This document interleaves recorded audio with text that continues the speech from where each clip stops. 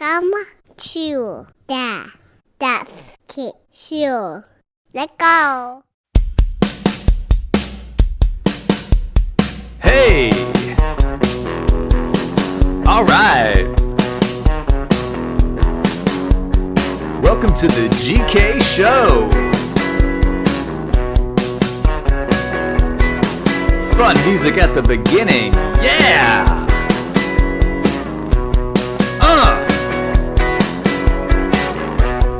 Hope you're having a good day.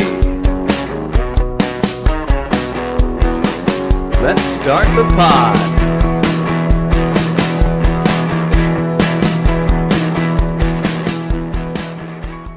Okay, what's up?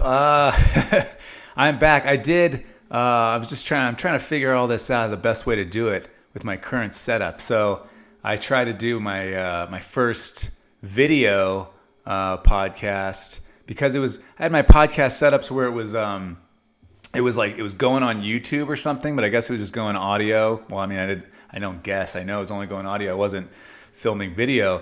And then people, were randomly finding it on YouTube, not like a million people or anything, but a few people, and they would contact me and they're like, hey, like you should, this is great. I found this on YouTube randomly and you should put this, you should do a video podcast. So it's a lot more work and I'm terrible at all this stuff and I'm very late to the game, but you know what? I did the video thing last time, if any of you saw it, and terrible. I looked like shit.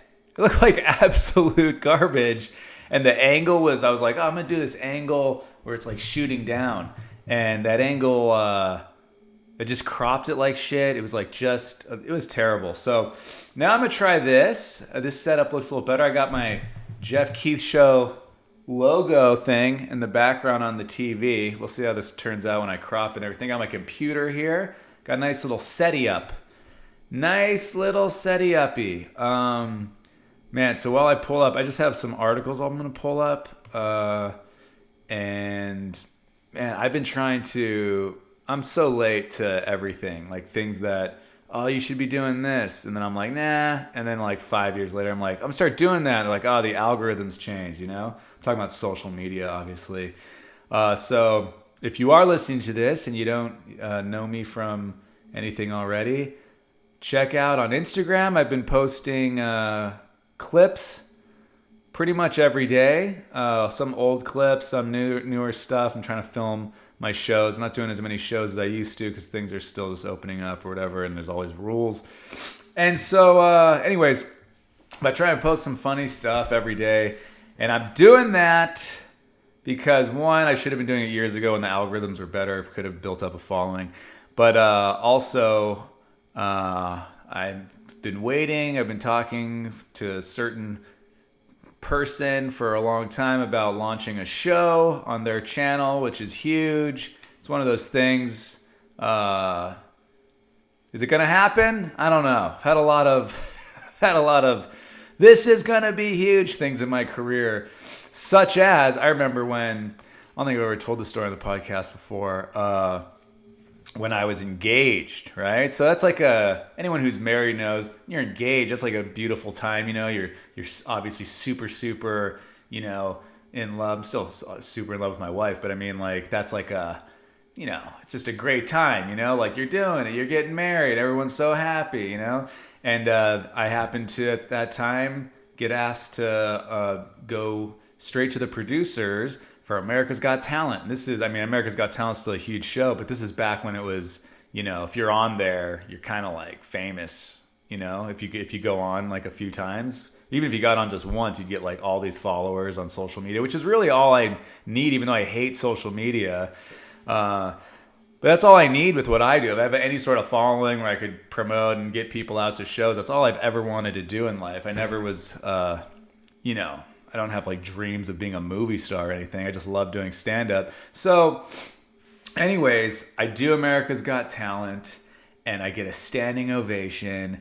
And my fiance, my wife, now, but my fiance at the time, Christy, she's in the crowd. They're cutting to her and everything. And I do great. Like the judges at that time were Heidi Klum, Howie Mandel, Howard Stern, and Mel B, right? And all of them were like, you were great. You were so funny. You're awesome, right? Like, everyone was giving me compliments. I remember Howard Stern was like, yeah, I think you need to think of like a reason on this show, though, like why people need to root for you, you know? And like, I had nothing, like, I mean, obviously, like, we all have things in our lives that we wish were better, but I mean, compared to the amazingly sad or motivational stories they have on that show, like, I had nothing to compare. So I was like, I got a bad back. I said something like that, you know, which was just like, I was just trying to pull shit out of my ass. And anyways, yeah, all the judges said, you're good, we're moving you on the next round. The crowd gave me a standing ovation. They filmed all this extra package stuff on me, you know, like packages, like when you watch those shows and they're showing behind the scenes of you, and they're showing this, and they're showing baby pictures and all that stuff. They asked me for all that stuff after I went on, but before I went on, they had already filmed like this huge package for me. And my buddy, who was a producer at America's Got Talent prior to that, he told me, he's like, oh my God, they did all that before you went on? I'm like, yeah. And then he's like, whoa, they're already prepping that package. Usually they do that after somebody does really well, but they must have already known you were going to do really well, blah, blah, blah, blah, right? Long story short, they never aired that shit. Never aired it. For like 3 weeks afterwards, they were hitting me up like almost every day, like, hey, send us this, send us baby pictures, send us this and that, because they're just like making the package bigger and bigger, I guess, according to my friend. And yeah, and then right before, I think the week it was supposed to air, they were just like, I may still have the email somewhere, but it was very short and like, yeah, they decided to not air your set. Like, that was it. I think they probably said sorry or something. Anyways, my point is, that could have been huge, right? And I have other things in my career where it's like I hosted a TV show at a big cable station and everybody loved it and this is going to be great, blah, blah, blah. Next thing you know, they didn't want to release it right away. The producers wanted it to be released right away. They got in some sort of argument or something happened. That didn't happen, right? So anyways, this thing I'm talking about, why I've started to kind of put out on make my Instagram page a place where you could see like me doing comedy and stuff, which I should have been doing 5-6 years ago, when it would actually go out to my followers. Now it's like, it's a crapshoot. Like, one day I'll post something and they show it to my followers. The next day they show it to like barely anyone. It's tough. Anyways, so I don't know what I'm doing. And so that's why. So this thing might happen, might not happen. I'm big on not getting my hopes up, but it's pretty tough when you have something that could be big. So yeah, that was such a fail. That AGT thing, by the way, they filmed a bunch of stuff with me and my wife, or me and Christy, my fiance at the time.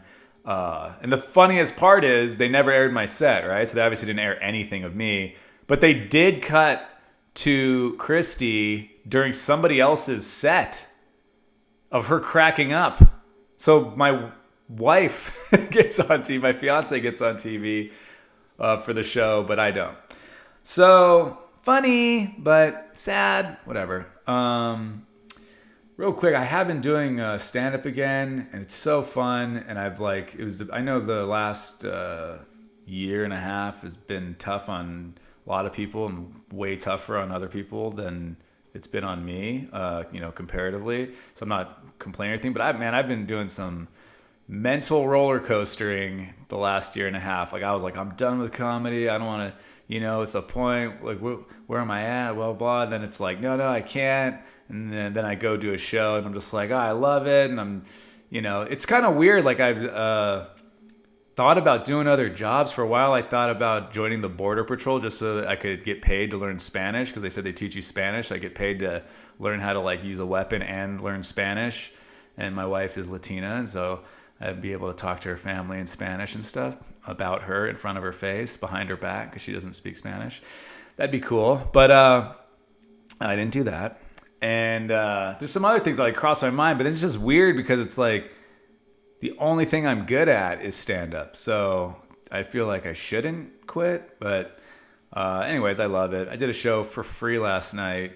Not even a long set. It's so fun. It's just such a weird thing, trying out new stuff and getting it to make people laugh. People, total strangers. They're not rooting for you or against you. Just make them like you and make them laugh. I don't know. I love it. Ever since I was a kid, I loved making people laugh. And that's it. I had here's another quick story before I get to one of these articles. When I was really young, my first manager was this guy who was at one of the biggest comedy management companies in all of Hollywood, right? And before he was my manager, he saw me and I was really young and he's like, oh, I guess he thought like this kid has potential type of thing. Brings me into this big boardroom office meeting and it's like everyone's in suits. I'm in West LA, Century City or something, like looking over the city of LA, like in this, out the windows in this boardroom. Everyone's there at this meeting just for me. And it's like, lady in a pantsuit, guy in a suit, guy in a suit, guy in a suit, guy in a suit, guy in a suit, right? Everyone's just like staring at me. Guess what I was wearing? Such an oblivious little weirdo. I'm wearing a button-up, like a shirt, like I guess like a dress type shirt, untucked, jean shorts, like baggy jean shorts. This is 2000. Is this 2003 or 2000? Maybe it was 2004. Baggy jean shorts, backwards hat that I had made at the mall that said Geoff Keith with an exclamation point. Backwards. That's what I'm wearing this meeting, thinking I'm like, big superstar walking in. So this is how much I bombed this meeting. They were like, and this is my point about how I've always just wanted to do stand-up and make people laugh. The main lady, she was like, hey, so Geoff is a very funny comedian. He's got a lot of potential, we think. We think he'd be a big star and blah, blah, blah, blah. And then she's introducing all them to me, basically. And then she introduces them, introduces them to me. And she's like, Geoff, this is so-and-so. He does TV, acting. This is so-and-so. He does literary writing, for TV and film. This one does film acting, agent, or manager, whatever. They all like specialize in these different things, right? And she tells me that's why they're all here. Like that's what they do. And then she goes, so do you have any interest in acting? Which is what they want to hear. Yes, they want to hear, because they're looking at me like that's how you make money. You know what I mean? Like it's really hard to become a big stand-up if you're not on TV in some way or in movies, So that's, and this is like before social media. So it wasn't like, hey, maybe you'll blow up on social media because you're stand-up or something. So that wasn't even a thing. So it's just like, they wanted to hear, yeah, I want to act like I want to be the next Seinfeld, have my own show called Keith or whatever. Right. And I'm thinking I'm nailing this, by the way. This is not like, I said this to be contrarian or something. She's like, yeah, so introduce all these people and goes, Geoff, do you have an interest in acting? And I just go, nope. I just want to be a great stand-up comedian, thinking like that's going to impress them, right? It's like I'm this purist. And I go, a lot of comics, they want to be on TV and stuff. I go, but not me. I just kept saying I didn't want to do it. I'm like, not me. I just want to do stand-up comedy. I just want to be a great stand-up comedian. And they were like, all right. And I'm just so dumb thinking like, yeah, I said it. I nailed it. And they're all going to be so impressed, right? Long story short, that company did not manage me until it dissolved into a different company. And then the guy that liked me, who was lying to me for a year and a half, and he was like, yeah, man, you killed that meeting. Finally told me a year and a half later, like once he finally got me in, he was like, yeah, no, he goes, that was like one of the worst meetings ever. Like as soon as you walked out, they were like, the main lady was like, I want to make one thing very clear. We do not represent Geoff Keith. And then for a year and a half, I was being told by the guy, he's like, yeah, no, you're an official client, right? But anyways, so what was my point about that? I just messed things up. All right, so here we go. I'm gonna have to go back and listen to this and see why I told that story. But I think it's just about me being a moron. I want to do something real. I'll do this first. Let's see. 10 signs you're not ready for marriage. Okay. Let's see if anyone's married out there or thinking about getting married. Let's just go through this. See if maybe you're not ready, or maybe you need to get out of your marriage. Marriage is a huge step to take in your life. There's no limit on marriage. When you're ready, you are ready. However, there are a lot of people who just don't know when it's not their time to be ready. You consider your lack of experience in the world, blah, blah, whatever. Okay, number 1, you're selfish. A lot of selfish people are married. Marriage requires you give and take from your partner. Of course, we're all ready to take, but are we ready to give? When we're stuck in our selfish ways, giving can feel like a burden at times. Catering to our own needs feels way more important than someone else's. But there's a problem with that. When you're preparing yourself to get married, learn to become selfless instead of selfish. Give and take should be a vital factor in your marriage. I always like to see who wrote this, you know? They don't even say who wrote this. Oh, this article's lame. Because there's a account on Twitter, Twitter is something I use for only to... I get paid to tweet about some shows, but there's this, I like the fact accounts, you know, and one of the fact accounts, I can't remember which one it is, where there's like supposed to be tweeting facts every day. Totally, I'm not trying to be sexist or anything. You could totally tell it's run by a woman because she's constantly like interspersing in facts, you know, like, did you know that Jupiter's made of gas or whatever the fuck? I don't know if Jupiter's made of gas, whatever, you know. It'll say, there'll be like a tweet like, sometimes men just aren't ready for a real woman or something. You're like, what? That's a fact? Sometimes, of course, sometimes men aren't ready for a real woman, but it's just like you could tell they're going through emotional stuff. All right, you're not ready to give up the playing field. Marriage requires commitment and time. How is that? You're supposed to, this is news to someone? You're not ready to get the playing field. Yeah, well, you're not supposed to get married, get down on one knee and go, hey, will you marry me? Also, I am super into trying to fuck other people still. But I got you this ring, so are we good here? Okay, whatever. This is, I don't even know, this isn't even really an article. This is some clickbait thing. See, I got to start vetting these. You have emotional baggage. Who doesn't have emotional baggage? So basically you have to be 17 and getting married in Utah or something. Hey, I have no baggage. I'm totally pure. I'm ready to get married. I've never been through anything. Heading into a marriage with emotional luggage, they call it baggage and luggage, is something you do not want to bring into your marriage plain. Oh, I see what they did there. Having unresolved issues and emotions with your ex-lover, oh, I see what you're saying, should be resolved before tying the knot with another. Is this a rhyme? They're rhyming things now? Oh, geez. Yes, it's possible to still work through these problems while in your marriage, but do your best to get rid of as much negative luggage as you can before tying the knot. And then it doesn't rhyme. It rhymed and then it doesn't rhyme. Not a fan of this already, dude. Hidden secrets. Okay. Second thoughts. Do we even need to read these? These are all not visualizing a life together. This article is total bullshit. All right. Let's do this instead. I'm going to cut out that other stuff. Whoever's going to end up watching this is just going to see me going, all right, let's do this instead. 10 reasons Japanese women don't get old or fat. What? This is from CuriousMob.com. No matter how much money we spend on ourselves for looking slender and young, it's never perfect for too long or permanent. We continuously keep on purchasing stuff such as anti-aging products and slimming products, unlike the Japanese, who chooses to stay naturally fit and youthful though they age as well. They just don't guys, but even stay guys. They just don't guys, but even stay young and fit in an effortless manner. Here are the reasons how. What if it was just like genetics? Also, genes. And have we mentioned genetics? Exercise is a daily ritual. And of course, they show some thin Japanese girl doing some crazy yoga stretches. Japanese people tend to be active with their daily work. Bicycle riding, walking, hiking are the incidental exercises that keep them healthy, undoubtedly. They do get some time out for themselves for slight workouts, but most of the Japanese do not build muscles intentionally. Who wrote this? Just saying Japanese people.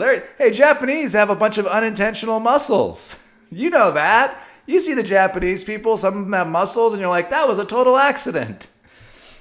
All right. Next. Number 9, desserts are kept aside respectfully. Oh, I love this. I live in a very Asian area, and mostly like Chinese and Korean, I think, was also Japanese, and they're showing a picture of like one of those Asian bakeries, and looks exactly like every bakery near where I live. Too much sweetness in Japanese people's diet is not at all sweet for them. They know the effects that sugar can cause them, so they keep it aside. They do like desserts, but they consume it in a minimum amount so they stay safe. They stay safe of every bad thing that excess sweetness may cause. Well, that doesn't sound very American. Breakfasts are like a king's meal. This is number 8. Ooh, this is the the golfer Gary Player, he had a whole thing where he's in like phenomenal shape and he's in his 80s or something. Hopefully he's not dead now that I'm saying this, but I saw him a few years ago on TV. He's talking about how he's like, he eats like a huge breakfast and then he eats like a moderate sized lunch and eats a very small dinner. And his whole point was, he's like, he goes, you don't fill your car up with gas to park it in the garage. That was my Australian accent. The breakfast is said to be the major and biggest meal of the day in Japan, which really is. The breakfast consists of many fractions such as green tea, steamed rice, omelet, fish, miso soup with tofu, etc. It's found that people who have a larger meal at breakfast and smaller at dinner tends to lose obesity faster. Well, yeah, because you're not eating a bunch of stuff before you go to sleep. That makes sense. You're just burning more off. I don't know about you guys. I can't eat a huge breakfast. I'm not eat a huge breakfast type of guy. Never have been. Every now and then, if you're going to brunch and you don't eat anything in the morning, then you can have like, oh, it's Sunday or Saturday or whatever, we're going to go to brunch. Like, I'll have like I don't know. I don't remember the last time in my life I ever ordered pancakes or a waffle or something. I like them both, but it's just a lot to eat in the morning. Rice in every meal. How would this make him lose weight? In America, the major reason behind obesity is the flour, the bread that they have in every meal, where else Japanese have their rice attached to every single meal. Rice is known to be one of the healthiest foods in the world as it gives us ideal body weight and has many other benefits too. What?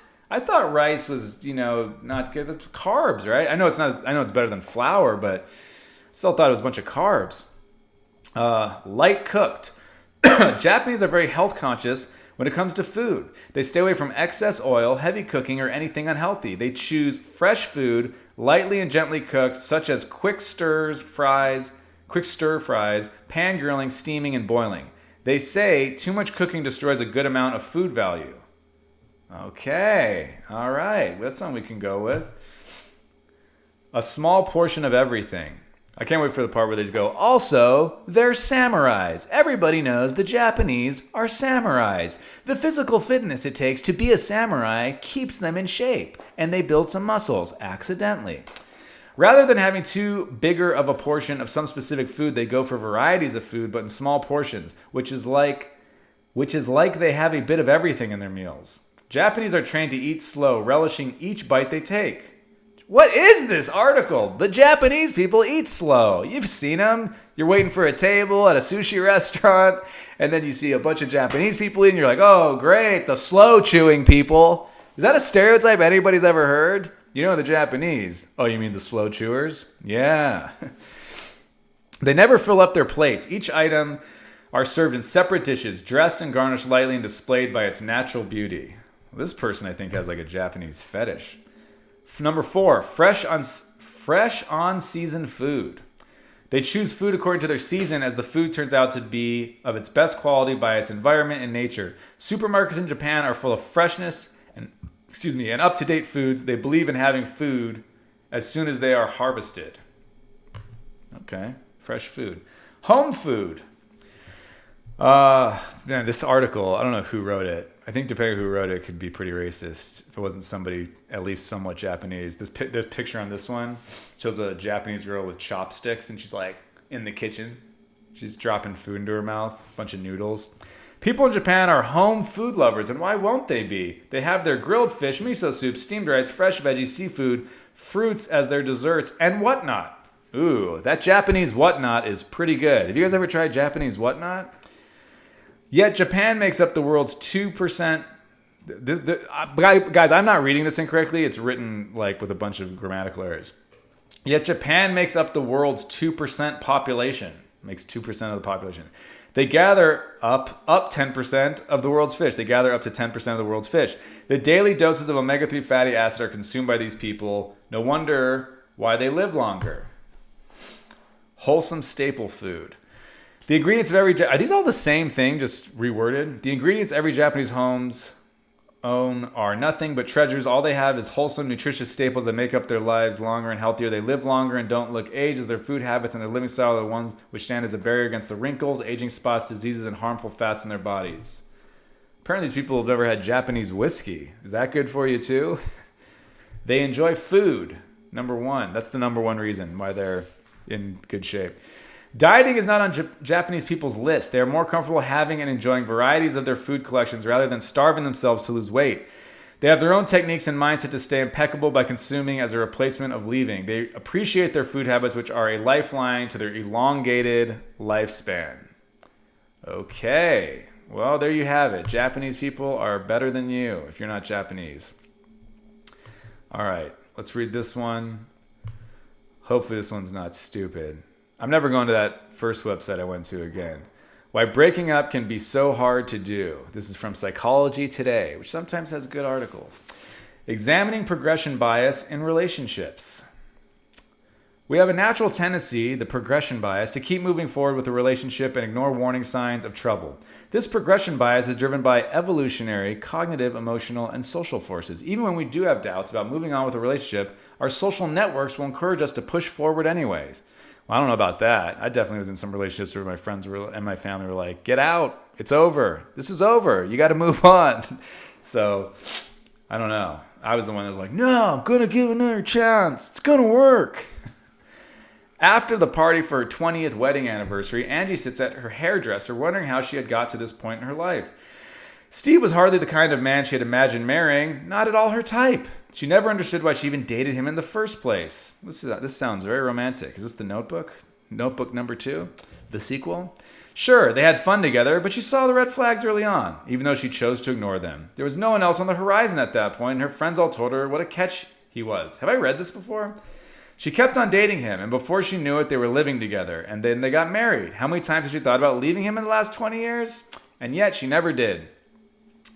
Why do we stay when we want to leave? Is that a fake thing, or is that... This guy really knows somebody named Angie. The author is David Ludden, Ph.D. Why do we say we want to leave?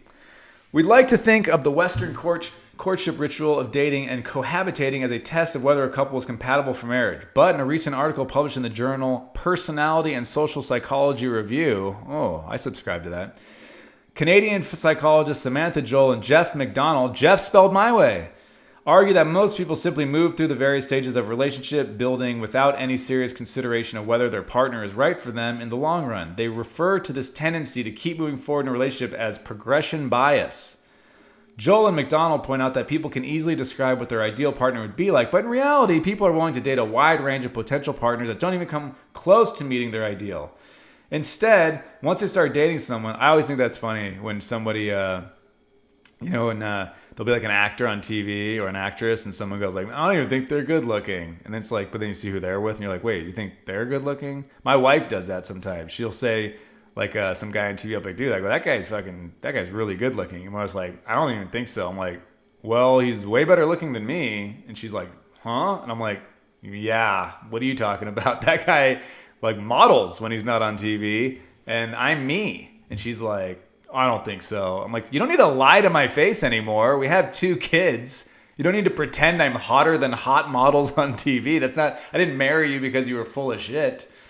Anyways, people are willing to date a wide range of potential partners that don't even come close to meeting their ideal. Instead, once they start dating someone, they revise their ideal to approach the qualities of their new partner. Furthermore, they tend to look past their partner's flaws, viewing them in a far more positive light than an objective observer would. What? I feel like when you're with somebody for a long time, you start pointing out their flaws. As the relationship advances, couples invest more and more into it, making it costly to leave. Even couples in friends with benefits arrangements often end up in long-term committed relationship as they share more and more of their life together. This is because intimate sex partners quickly develop an attachment to each other. What? You had to do a study to figure out if people are boning all the time? Eventually they're going to have an attachment to each other? They're literally attached while they're boning. What's the deal with the physical boning attachment? The authors also note that couples rarely give much deliberative thought to their decision to move in together. Instead, as the relationship develops, they spend more time at each other's places until it simply makes more sense to share one space instead.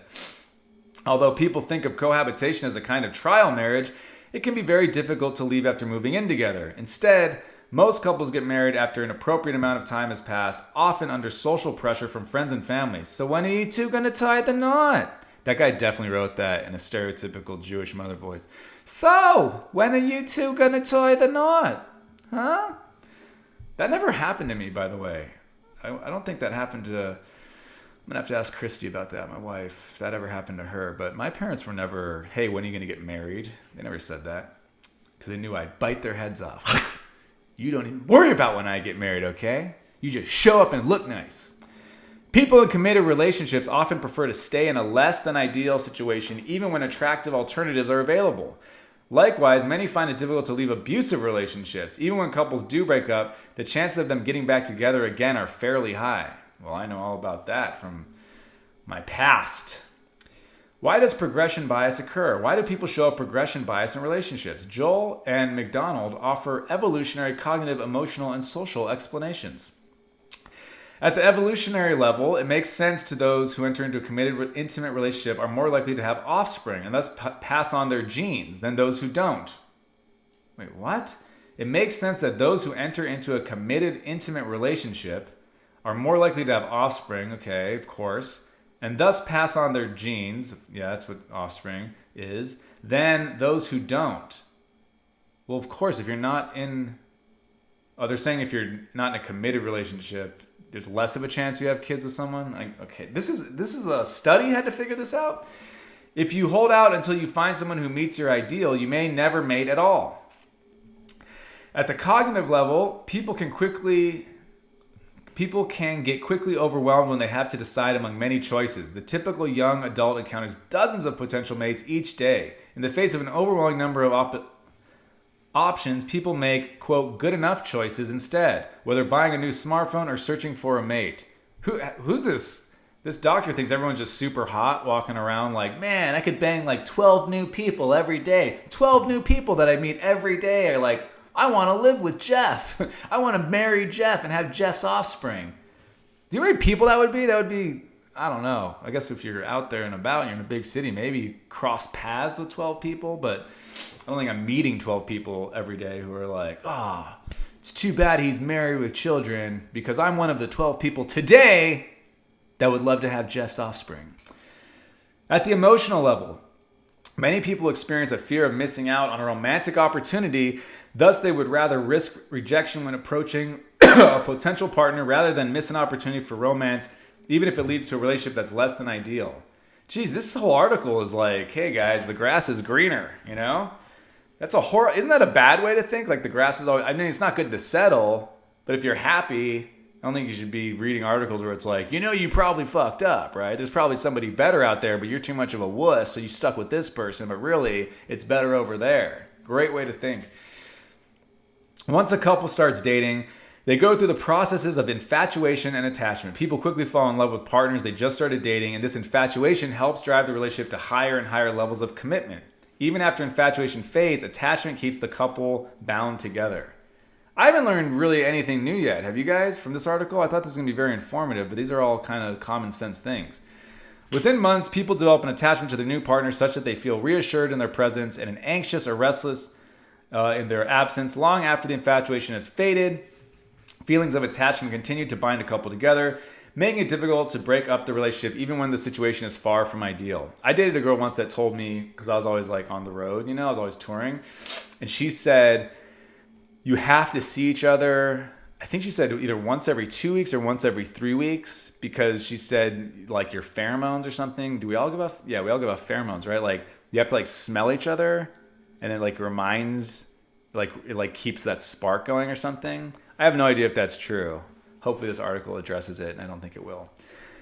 At a social level, there are many advantages to being coupled and many disadvantages to being single. Friends and family will keep asking when you're going to find someone nice and settle down. Who's this guy talking about? On one hand, you're so hot, everybody wants to be with you. On the other hand, people are like, hey, why are you single? When are you going to settle down? You can't find someone? Likewise, many social events are set for couples, and attending without a partner can be awkward. Furthermore, married couples enjoy all sorts of financial benefits, such as lower taxes, that singles do not. Is progression bias... This is the very end of the article, and now my dog is going to bark during the rest of the podcast. Is progression bias avoidable? Dating may seem like a process for trying out various potential partners to find the best fit for marriage. However, Joel and McDonald argue, careful observation shows that this is not the case for most people. Rather, we show progression bias in relationship formation. Once we find a partner who responds to our advances, we move through the stages of dating, sexual intimacy, I want to kill my dog, sexual intimacy, cohabitation, and marriage as if on a conveyor belt. Although we're supposed to be on the lookout for signs of trouble, we disregard those red flags even when they clearly tell us it's going to be a rocky road ahead. In the end, It's in our nature to progress forward in relationships. And even if we try to resist, our genes and our social networks push us onward anyway. All right. Well, I was going to... my dog's still outside? That guy... I'm just going to have to edit this. Okay, let's see. I'm trying to wrap up this pod. I wanted to read these... I thought it'd be a good little writing exercise to look up facts, you know? I told you guys I like those fact pages or whatever, where they tell you those fact accounts. Well, this is not it. Is this one it? This one's not it. Oh, there we go. So I'm going to read you a couple, right? Now, these are real facts, and then a corny joke, really, afterwards. Riding or sitting on a let me start over. Riding or sitting on a sea turtle is a third-degree felony in the United States. It goes up to second degree if you fuck it. Laugh track. Hugging your cat has been shown to reduce stress and anxiety. And if you're a woman, stroking your kitty really helps. Male lobsters' bladders are in their heads, and when they fight, they squirt each other in the face with urine. The only time I peed on a guy is when I'm drunk or he paid me $15. Now I need the symbols, but this one is so stupid. Feral pigs in Italy ate $22,000 worth of cocaine hidden in a forest. After ingesting that much coke, they ran so fast they immediately turned into bacon. That's almost a joke for kids, except it's about cocaine. But it's such a kid joke. The bird on Twitter's logo's name is Larry, and he's named after the basketball legend Larry Bird. That's true. The F in the Facebook logo stands for "Fuck you, we're stealing your data." What is wrong with me? A mix between a Chihuahua and a Dachshund is called a Chiweenie. I guess that's true. A mix between a Chihuahua and a Dachshund is technically called a Chiweenie. And when a Great Dane has sex with a Chihuahua, it's called rape. I'm just doing jokes to nothing. I don't think they would get much of a thing anyway. Who knows? I shouldn't be so hard on myself. All right. The fear of running out of something to read is called a bibliophobia, otherwise known as a nerd alert. Okay. I wrote other ones, but I think that's enough for this pod. Listen, check out the Instagram if you've stumbled across this somehow. I post actual funny stuff like stand-up clips of me and everything. And if you already are on my Instagram, just because the algorithms are so tough, if you could like, and if you really like one of them, share it, send it to some friends or something. That apparently helps it be seen by more of my own people who already supposedly are supposed to see my stuff. But anyways, hopefully, fingers crossed, that big thing does happen, but who knows? All right, I'm Geoff Keith. Thanks for listening. Thank you for listening to my daddy.